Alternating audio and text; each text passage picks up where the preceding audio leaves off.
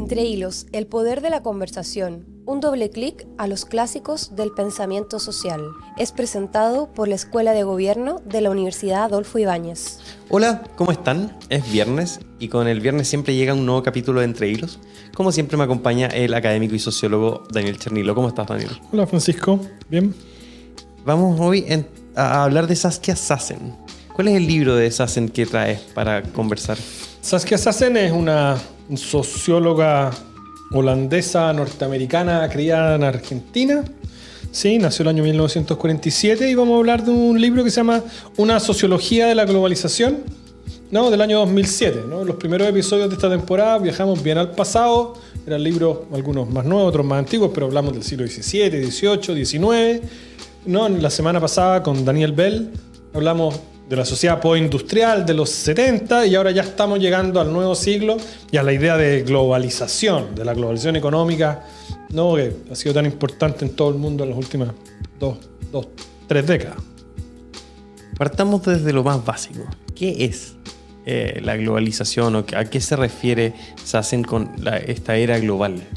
Ya, la idea de globalización, dice Sassen, es un proceso primero económico y tecnológico, pero que después se instala en todas las áreas de la sociedad, que comienza en la década de los 80 y que está ligada a dos grandes procesos. El primero es el aumento, de manera muy significativa, de las transacciones internacionales, transacciones económicas internacionales. Eso va desde las grandes como compañías transnacionales, la Nestlé, las grandes transnacionales, ¿no? de alimentos, de químicas, de petróleo, ¿sí? La Coca-Cola, la más importante de todas, se me está olvidando, ¿sí? que generan estas transacciones económicas, la aparición de los tratados de libre comercio que han sido tan importantes, ¿no? y en el último tiempo tan cuestionados en las elecciones norteamericanas recientes, pero en la historia de Chile de los últimos 30 años. Y por otro lado, ¿sí? la intensificación de esas tecnologías de la información tempranas que hablábamos con Bell, pero que ya se transforman en las tecnologías de redes, ¿sí? de la globalización que conocemos del mundo post-internet. Entonces la globalización es un proceso gatillado por tendencia económica, fundamentalmente de mercado financiero y tratados de libre comercio, y tecnológica, fundamentalmente las tecnologías digitales, que transforma el mundo en el sentido que estábamos acostumbrados a pensar que los procesos sociales más significativos, la reducción del ingreso, los problemas de pobreza, desigualdad o no desigualdad, se podían estudiar, comprender y solucionar cuando al interior de los países. Bueno, esta tendencia global nos viene a mostrar, ¿sí? que hay relaciones entre países y hay derechamente tendencias que abarcan, si no todo el globo, buena parte del planeta y que van más allá, ¿sí? de lo que sucede al interior de los Estados-nación. Entonces, la idea de globalización con la que Sassen parte es esta idea, son estos procesos macro de escala más bien planetaria, gatillados por la economía y por la tecnología, que transforman de manera muy significativa lo que sucede en los países. Es una globalización que permea lo que sucede al interior de los estados, en la economía, en la política, en el derecho, etc. Y mientras hablaba me acordaba de esta escena de Jojo Rabbit. No sé si viste la película Jojo Rabbit, en que llega el amigo gordito de Jojo y le dice no es un buen momento para ser un nazi. Y siento que hoy día no es un buen momento para defender la globalización. De hecho, gran parte de la elección de Estados Unidos tenía como consigna que la globalización es como un virus, como una cuestión muy mala que daña más de lo que aporta, ¿no? Pero ¿cómo observa Sassen esta globalización y cómo establece la relación con el Estado-Nación? Pareciera ser que hace tambalear una vez más el concepto de Estado-Nación, este nuevo concepto que viene a ocupar el espacio o a reemplazar una comunidad de pequeñas naciones que estaban separadas y que no tenían mucha conexión entre ellas. Ella trata de ser relativamente agnóstica. Ella es una mujer con una orientación política súper significativa. Sus trabajos tiene trabajos más políticos sobre el 1%, ¿no? como de reivindicación de justicia social, sobre todo de justicia redistributiva, muy importante. Pero en este libro ya efectivamente está realmente tratando de comprender cuáles son las tendencias principales, ¿no?, de este mundo en transformación. Entonces, lo primero, que es lo que decíamos en la respuesta anterior y que enfatizaste tú, que los estados-nación no van a desaparecer, el nacionalismo no va a desaparecer, pero se ven fuertemente reconfigurados por estas tendencias globales. ¿Y cuáles son estas tendencias globales? Pensemos en 2 o 3 de las que ella menciona varias. La primera es que los estados mismos se ven obligados a reaccionar frente a estos fenómenos. Por ejemplo, para un país como Chile, yo creo que el caso chileno es súper ilustrativo, ¿no? Chile se abre al mundo el año 90 con la vuelta a la democracia, abre también cada vez más sus mercados. Bueno, si Chile quiere ser un país integrado en la economía internacional, Chile tiene que tener, por ejemplo, un banco central con determinadas características. Los bancos centrales de todo el mundo, para poder integrarse a la economía global, tienen que ser instituciones relativamente independientes, ¿no?, compuestas por consejos técnicos, con financiamiento propio y cuya tarea principal es el control de la inflación. Ya dice, bueno, ¿qué tiene de chileno o de brasileño el Banco Central de Chile o el Banco Central de Brasil, si es que todas las decisiones fundamentales respecto de cómo debe ser un banco central son globales? Entonces hay una presencia de instituciones no macro, o de valores y prácticas transnacionales que permean al Estado, en el nivel de Estado-nación. Segundo, los estados deben acoplarse en términos de regulaciones medioambientales, técnicas, laborales, ¿sí?, a estándares internacionales. Se produce una suerte como de homogeneización de estándares internacionales sin los cuales los estados no pueden participar de este espacio de economía global. Entonces, una gran tendencia de la globalización es que las estructuras estatales deben acoplarse a estos procesos y ajustar cuestiones internas a ello. Lo segundo, dice Sassen, es que aparecen como 2 nuevas clases sociales transnacionales o globales. Va a ser súper simple, los súper ricos y los súper pobres, ¿no? Los súper ricos, desde los futbolistas, ¿no?, desde Messi, que puede vivir, ¿no?, en cualquier parte del mundo con sus súper ingresos y moverse, ¿no?, entre distintos países como literalmente, ¿no?, sin ninguna restricción, hasta empresarios, científicos, emprendedores, ¿sí?, cuyas operaciones son globales, su capacidad de trabajar es muy global y que se constituyen en una suerte como de clase social en sí misma, desacoplada de cualquier país. Y por otro lado, migrantes muy pobres que hacen, ¿no?, los trabajos que nadie quiere hacer y que en la medida en que los países se hacen más ricos, ¿no?, se generan estas oleadas migratorias, mucha legal, mucha ilegal, mucha para actividad de servicio que se paga razonablemente, mucha para actividad criminal también, pero una suerte de underclass, dice yo, ¿no?, una subclase que es también global en el sentido que es migración de gente muy pobre. Tercero, a lo mejor lo podemos dejar ahí, dice ella, es el surgimiento de las ciudades globales. Si se acuerdan, en el episodio sobre Brodel, al inicio de esta temporada, hablamos de ciudades. Bueno, ella dice, vivimos en un periodo donde las ciudades se hacen casi más importantes que los países. Las ciudades se desarrollan, las burbujas inmobiliarias en todo el mundo, las ciudades se interconectan, Tokio, Sao Paulo, Frankfurt, Singapur, ¿sí?, y Nueva York y Londres, ¿no?, con redes súper interesantes de cine, de galerías de arte, de mercado financiero, ¿sí? Pero los países alrededor de esas ciudades, los países donde esas ciudades están alojadas, ¿sí?, quedan medio desacoplados de estas cadenas locales.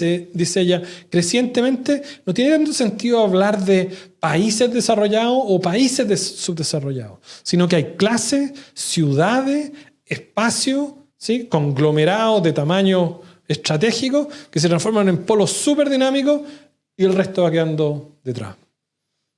Daniel, quisiera hacer un alto para recordar que este espacio es presentado por la Escuela de Gobierno de la Universidad Adolfo Ibáñez y su nuevo doble título de Ingeniería Comercial y Sociología, el proceso de admisión 2025 que está por comenzar. Le agradecemos a la Universidad Adolfo Ibáñez. Hablemos de ciudad. antes de que se me vaya la idea, porque si es que en el caso del libro de Barrington Moore, que hablamos hace un par de episodios sobre los orígenes sociales de la dictadura y la democracia, el escenario era particularmente el campo donde se concentraba la riqueza, o sea, la tenencia de tierras. En este caso ya no son los campos los que concentran la riqueza, son estas megaciudades, estas ciudades globales. ¿Cómo cambia la configuración de la realidad social cuando se traslada nuevamente la riqueza desde el campo a la ciudad?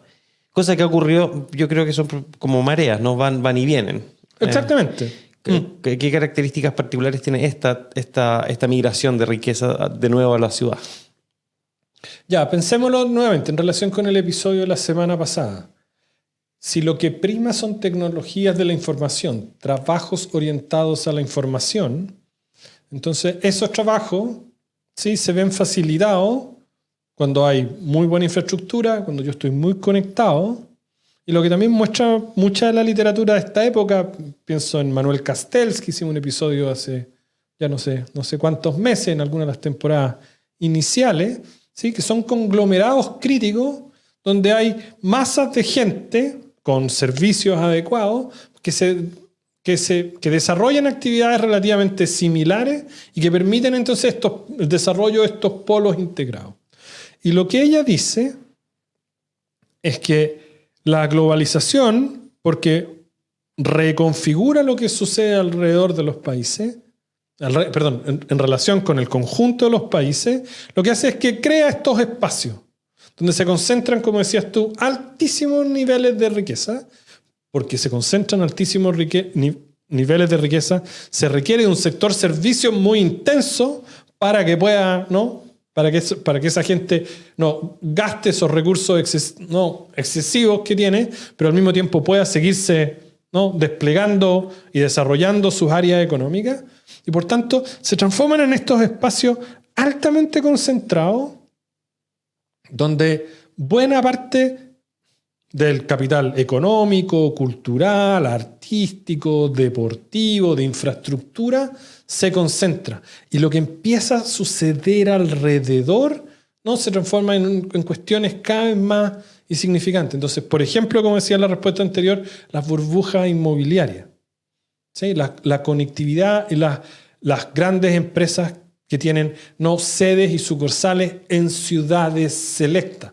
A mí me gusta la Fórmula 1, la elección de ciudades para las carreras de Fórmula 1. Eso permite que las ciudades, pero no los países de manera integral, entren en este circuito de conectividad.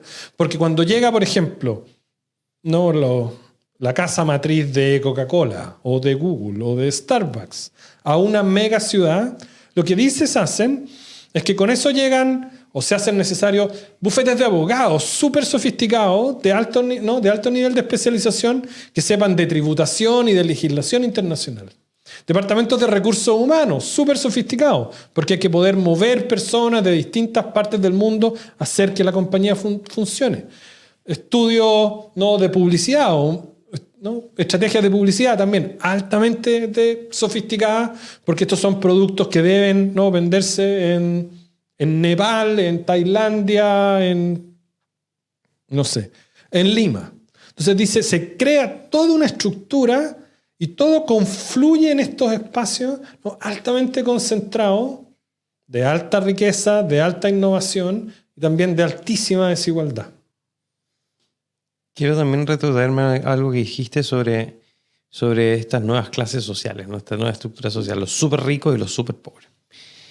A propósito de esta noticia que da harto vueltas en Instagram de que Taylor Swift cuando viaja, me va a echar una cantidad de Swifties encima, pero cuando Taylor Swift viaja en su jet privado, y de hecho a ella la molestan, dicen que va a comprar café en jet privado, contamina más que un montón de gente a lo largo de toda su vida. ¿Cuáles son las consecuencias de tener estas dos superclases que son polares, ¿no? Por un lado, los super mega multimillonarios, personas que pueden comprar un plátano pegado con un duct tape a la pared por $6 millones, y personas que no tienen ni siquiera para alcanzar a comer en el día. Sí. Cuestión que ha existido siempre, pero que parece estar exacerbada en este minuto. O sea, está exacerbada, aunque en el episodio de la próxima semana vamos a hablar exactamente de qué consiste esta desigualdad global y cómo en un sentido está exacerbada y en otro sentido no, pero dejémoslo pendiente, pero conviven de manera muy directa. No sé, cuando uno ve cualquier película del Lobo de Wall Street o cualquier película que tiene que ver como con súper rico, no, lo que siempre es muy brutal es la opulencia de algunos, ¿sí? Que conviven en el mismo metro cuadrado con la gente que está limpiando el baño, de esa misma empresa, ¿no? Donde se genera tanta plata.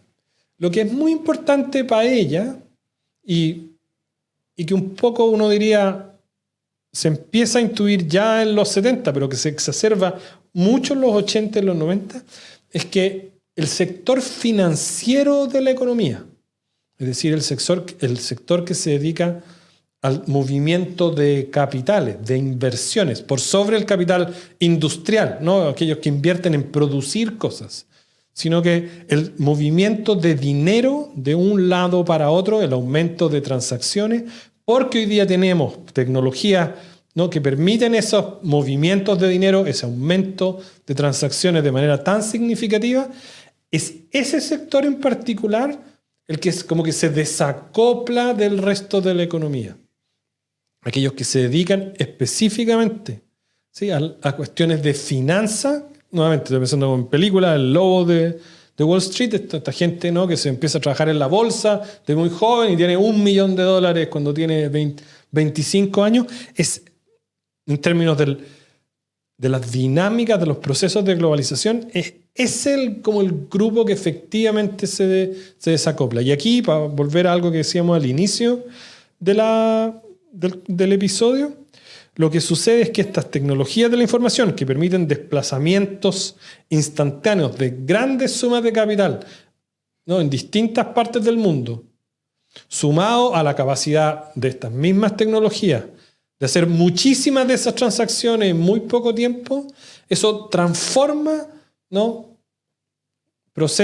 Transacciones económicas que en el pasado habrían tomado días o semanas y que por tanto el dinero habría dejado de estar circulando por las 48 horas que demoraba el transfer entre Nueva York y Londres. Hoy día esas transacciones pueden ir y volver entre Nueva York y Londres 30, 40, 50 veces en esa misma jornada de trabajo.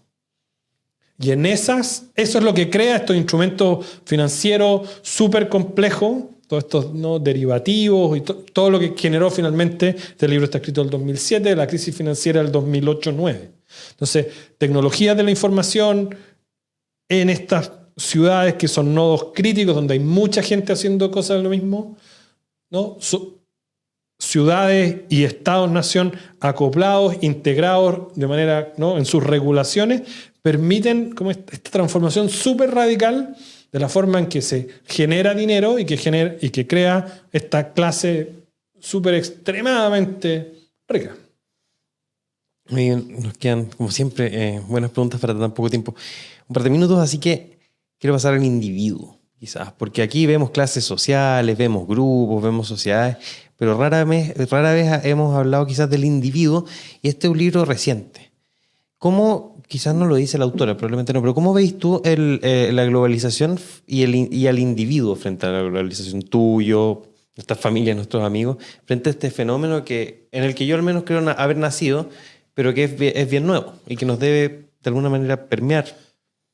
Pensémoslo, tú lo mencionaste hace un rato, en la elección norteamericana reciente. Por un lado, la globalización es un dato como básico de la existencia de buena parte de la población en el mundo hoy día. ¿Sí? ¿No? Consumimos, esto lo hemos dicho en otro episodio, ¿no? Lo que consumimos, la Coca-Cola, los celulares, la televisión, los podcasts, pueden venir de cualquier parte del mundo. Sí, los mercados están integrados, eso no va a cambiar. Y de alguna manera entonces lo tenemos, yo creo, como bien asumido como parte de nuestra vida cotidiana. ¿No? Del mismo modo que sabemos que hay una crisis climática, o sabemos que hay desigualdad del ingreso, o sabemos que hay distintas cosas que pasan en la sociedad. Yo creo que el hecho de la globalización es una cuestión como integrada a nuestra cotidianidad. Pero lo que ha cambiado, yo creo, en la última década, tal vez, incluso menos, pero digamos en la última década, es que los riesgos, los desafíos, los problemas, las ansiedades de la globalización se hacen más evidentes. llámese migración, llámese cambio climático, desigualdad o el fenómeno de como pérdida de la identidad, asociado como a esta idea de que si yo no soy chileno, no soy norteamericano, no soy de alguna nacionalidad, no sé quién soy, ¿sí? Como pérdida del sentido de comunidad. Y un poco lo que vemos hoy día en esta como reacción, por ejemplo, en los populismos de derecha asociados, no, históricamente, o en los últimos 20 años, estoy mirando el reloj porque sé que tenemos que terminar, no, en los últimos 20 años, los más críticos de la globalización venían del mundo de izquierda, que tendían a pensar que la globalización era el neoliberalismo. O sea, globalización era el nombre elegante, ¿sí? Que se le daba al neoliberalismo, a las reformas neoliberales que habían hecho a los ricos más ricos y a los pobres más pobres. Pero hoy día hay una crítica desde el mundo de la derecha como alguien como Trump. Hace 10 años habría sido impensable que fuese antiglobalización. Pero hoy día él recoge este sentimiento, al parecer, ¿no? De que hay pérdida de identidad, hay pérdida de seguridad, hay ansiedad respecto de las transformaciones que están sucediendo, de mi pérdida de estatus, de eso es lo que vamos a hablar la próxima semana. Y entonces aparece como este lado más difícil, ¿sí? de querer revertir en alguna medida esta globalización económica. Bien, se nos ha acabado el tiempo, pero muchas gracias, Daniel, y gracias a ustedes por escuchar Entre Hilos. Hasta la próxima. Adiós. Entre Hilos, el poder de la conversación. Un doble clic a los clásicos del pensamiento social. Fue presentado por la Escuela de Gobierno de la Universidad Adolfo Ibáñez.